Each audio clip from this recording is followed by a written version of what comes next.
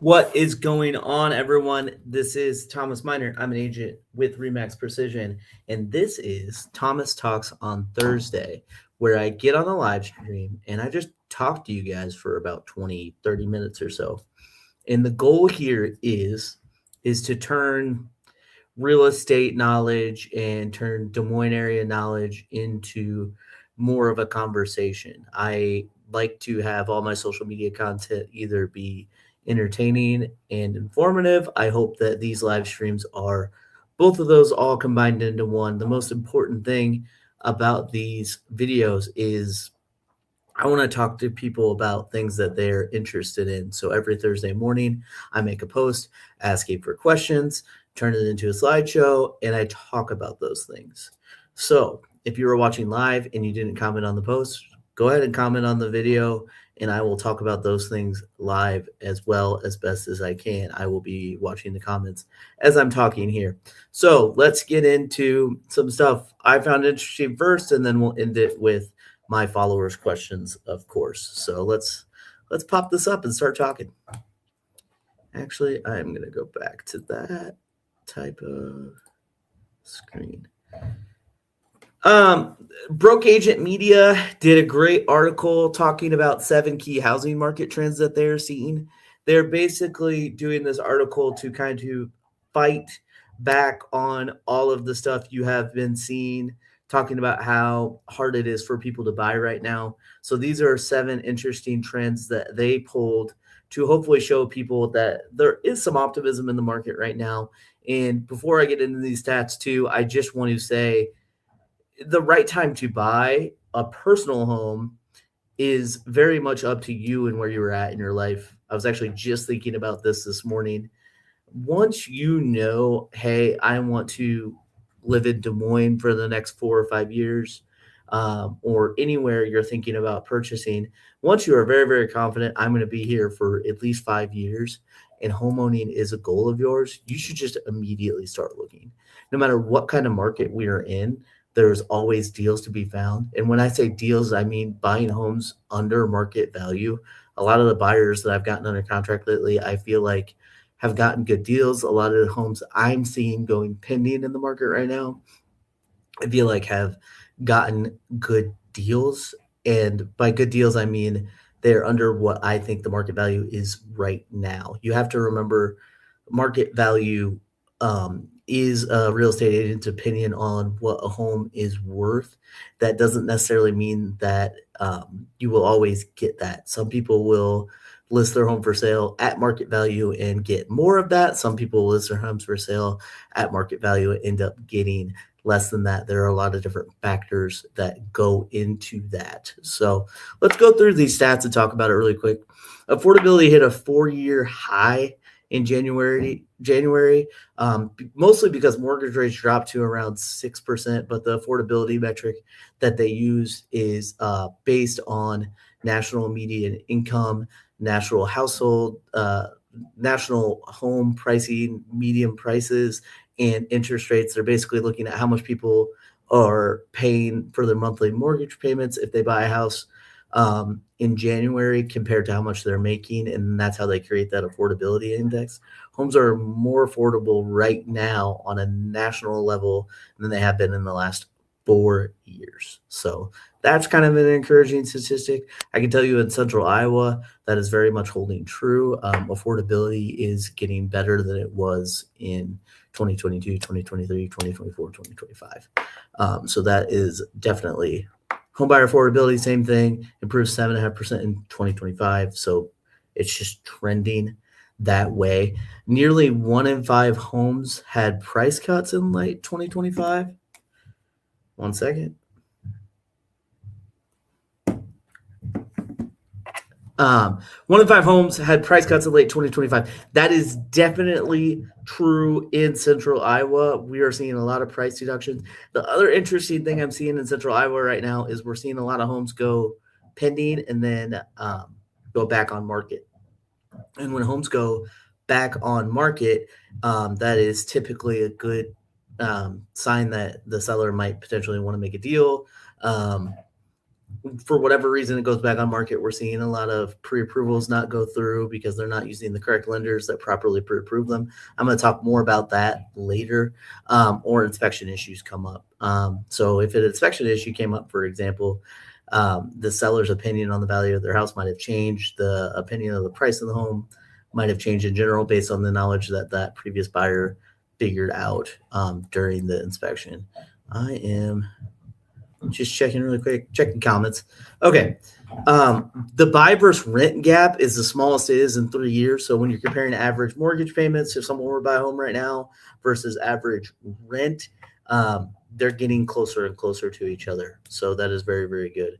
Renter affordability. This is just housing in general. Renter affordability is improving as well. I haven't seen rents go up in central Iowa a ton lately. So that is a good sign for just people finding affordable housing in general. And rent typically can be a good gauge on if how home prices are going to go down as well too. So, I mean, people need a place to live. They're either going to rent or they're going to purchase or they're going to live in their mom's basement. Those are basically your three options if you're actually living somewhere. So if rents are staying flat or going down, that typically means that buyers or renters are seeing a lot of options out there in the market. So rent not going up is a good sign for the housing market as far as sales go as well too. There are 37% more sellers than buyers nationally. This is a good sign too. Once you start getting into a situation where buyers are outpacing sellers, that's when home prices go up. So the fact that we have more sellers in the market right now than we do buyers is a very, very good sign. So let's go to the next slide. I wanted to point this out. This is kind of a cool thing. Hubble is proposing a new home development in Des Moines proper. You can make a lot of arguments that Des Moines proper needs a lot more new construction to actually have people start living in the city proper. So this is going to be a really good time. It's a big development. It's one of the biggest ones Hubble has ever done. Right now, they're proposing 508 single-family houses on 170 acres. It's estimated to be a $150 million project. They're thinking the project is going to take 10, 15 years total, which might seem kind of long, but if you watch any housing development that's going on towards you, that's about on pace. I mean, when these developments start, they don't get done in a day. And a lot of builders, especially if it's just going to be Hubble, a lot of builders won't just build all their inventory at once. That is a good way to tank the prices of your homes. They build a few, sell a few, build a few, sell a few, kind of just keep the rotation going. The other exciting thing about this, I think they made a good pivot in what they're proposing here. They were originally thinking this was going to be a lot of townhomes. I think it was in last week's episode, I showed some statistics saying that new construction townhomes were not selling well at all. I believe the months of inventory for that was like 11 months of inventory. So that would mean if builders quit building new construction townhomes, we would still have 11 months of inventory, which is a really, really strong buyer's market. So I think it's a good pivot to single family, even if you're building less total units. I think there's a lot more of a demand for single family than there is for townhomes. They're also talking about a potential park might be added. That is not something that's required in Des Moines proper. So it is exciting that they're talking about potentially having a little bit of character to this development. I see a lot of new construction developments that are just houses, to be totally honest. And I think it is exciting to just add something in there that makes it actually appealing to be in that development, actually appealing to be in a neighborhood that people are walking around in, not just driving in and out of it. So this is awesome. It's also going to be in Southeast Polk School District. So you're talking northeast part of Des Moines, just northeast of downtown. You're going to be minutes away from Adventureland and stuff like that with this development too. So I'm going to swing through. Look and see if we got any questions or anything like that. All right. Gretchen commented on my post today saying, who is your favorite client to work with? I'm not going to name names, but This is kind of interesting. Lately, and it kind of ties into the statistics that I was just talking about earlier. I'm really, really enjoying working with buyers right now. I think there's lots of great opportunities right now to buy a primary home, and there's just nothing more exciting than seeing a client walk through the right one and want to write an offer, and then me helping them get it under contract, and then me helping them close it up. Um, Not saying I don't like working with sellers. Working with sellers is a totally different thing. Working with sellers is a lot of prep work, um, getting the home set up and positioned properly, kind of having the conversation with sellers about what they should list at. That's one of my favorite things I like to do is do price analysis for clients. I like to walk through their homes and talk about just the little things that we can change to make it just look even better and show even better. I love talking to them about all the things I'm going to do to market their home. Um, Professional photos are really, really important. Having some good social media content is really, really important. Doing some direct mail is really, really important. And a lot of that stuff is very, very fun. Open houses are very, very fun. So having listings where I am doing my own doing an open house for one of my own listings is a great time, to be totally honest. Especially, I've had multiple instances in the 7 years that I've been doing this where the open house I did actually ended up selling the house. And it's very, very funny because I've heard from so many agents, oh, you don't ever actually sell the house at an open house. You don't ever actually sell the house at an open house. It's a waste of time to do it. The only reason agents are doing open houses is to find more buyer clients, which isn't necessarily a lie, but they always say the open house never actually sells the house, and it's just not true. When you want to sell a house, you want to get as many people in the house and looking at it as possible. It's very, very rare that someone can just see a house online and want to offer on it. They're always going to want to tour it, and doing an open house gets more people touring your home, more people genuinely thinking about, is this the right home for me? And you would be surprised how many open houses can actually sell a house. Believe it or not, I will argue about that till the day I die, which hopefully isn't a long, long time. So, Tim Meinert, what is the difference between a pre-approval and a pre-qualified buyer? I'm assuming he's talking about. So this kind of actually gets really, really tricky because lenders use these often interchangeably. And some lenders have both. They have a pre-qualification, they have a pre-approval. Some lenders just have what they call a pre-approval, or they just have what they call a pre-qualified. The general assumption is a pre-qualified. If they give a buyer a pre-qualification, that is normally just based off of their stated income, a credit check, and then their stated assets. Generally. And then a pre-approval is based off of their verified income, verified assets, and their credit score.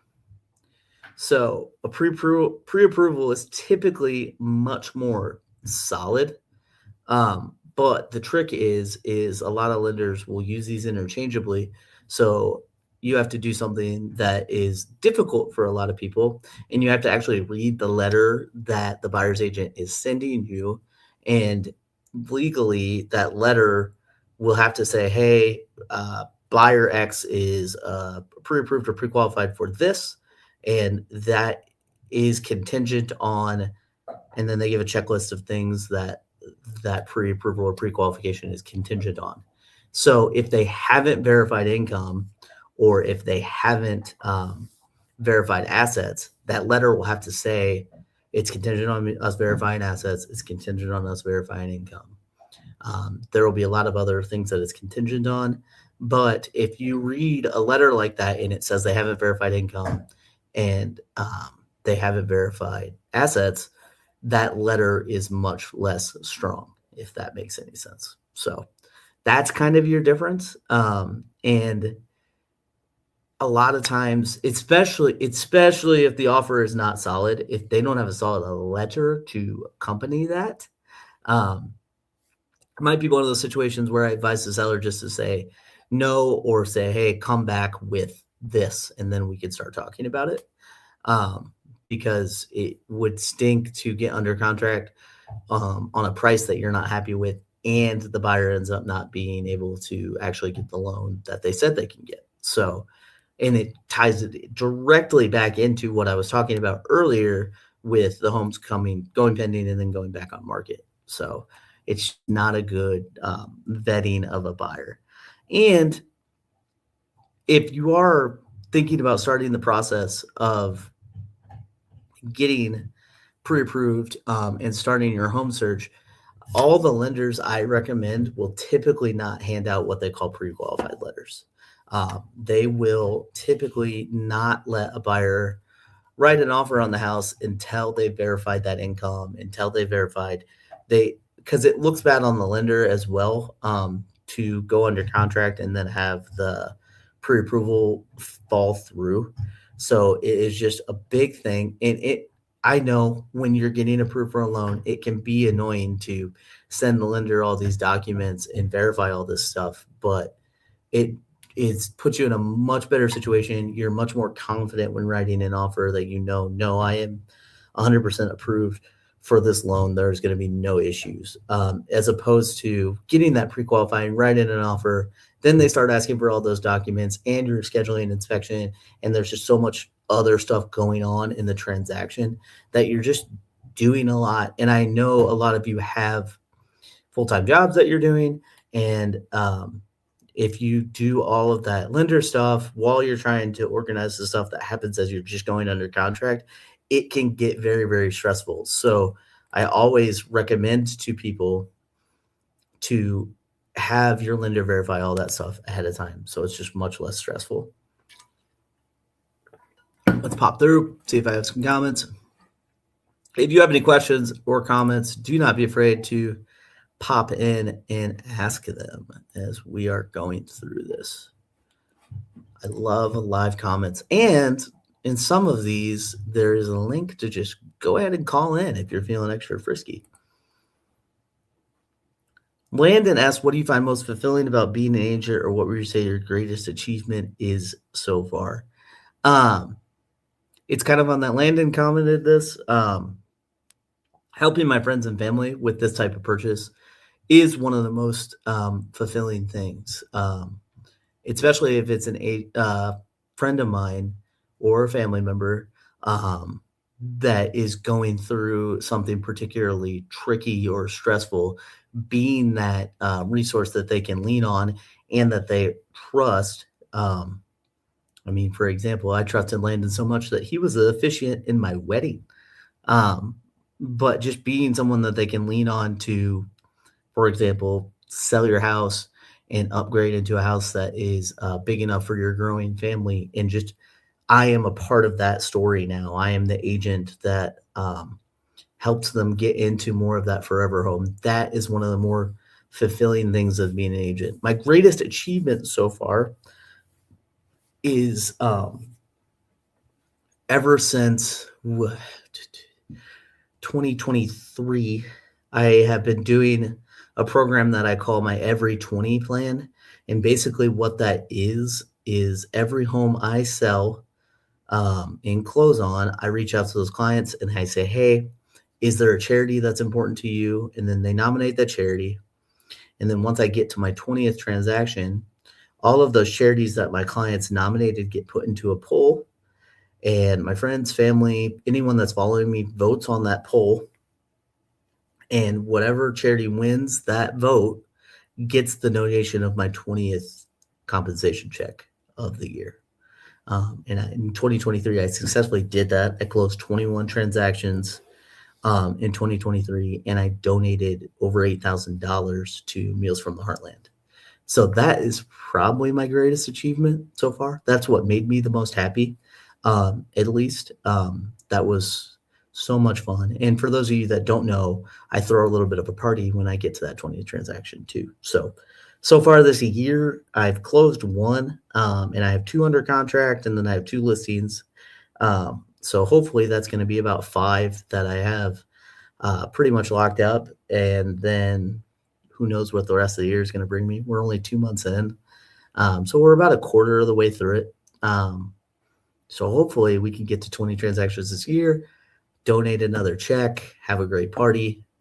So if you know of anyone looking to buy or sell this year, tell them that I'm doing that, and tell them on top of that that I am a good real estate agent too, and send them my way. And I would love to take care of them and love to do that. So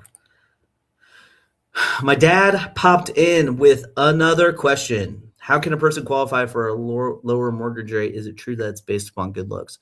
So we don't give out interest rates based on looks anymore. That's illegal, thankfully, because I'm at best a 6.5, so I wouldn't be able to get an good interest rate. But there are ways that you could qualify for a lower mortgage rate. So you could do what's called an interest rate buy down, and you can either finance it yourself with cash, or I've had some buyers get in a situation where the seller is offering them credit to help them buy down a home. I've seen that a ton right now, because when you got to think about it, like if you're looking at a house that is listed at 300,000, and instead of getting the house at 290, which you possibly can, getting a $10,000 credit, using that to buy down the interest rate, and instead of like the low sixes that we're at right now, you can get into the low fives with an interest rate buy down. I'm not sure that that's exactly what it is, but that would be kind of a right around what you would be looking at. Your monthly payment changes a ton more than if you're just getting $10,000 off the listing. So that is definitely something to look into. Other ways you could qualify for a lower mortgage rate is it's really going to come down to what your loan is looking like and what your qualifications look like. So you can improve your credit score. The more you improve your credit score, if you get above 780, typically you're going to get the best interest rate that a lender is offering. And then more of a down payment will also get your interest rate down as well. So once you get to that 20% down payment, you can qualify for the lender's lowest interest rate, and you get rid of that PMI that will decrease your monthly payment as well. So guys, I don't have much else. So that is it for this week. Once again, I appreciate everyone hopping in. I appreciate everyone watching. This is one of my favorite things that I do every week, and I love that people are getting more and more involved in writing questions. The more questions you ask, the longer I'm on live stream talking to myself, essentially. So if you find that funny, please comment with more questions. If you're watching this video later, don't be afraid to just add more questions, and I will talk about them next week. If you're interested in calling in and having a live discussion with me too, reach out to me about that as well. But otherwise, I hope everyone has a great weekend. It looks like we're having another fun snowstorm Sunday night. So batten down the hatches for that. Go to the grocery store, buy your bread and milk and everything that's a necessity. And have a great day. Thank you so much.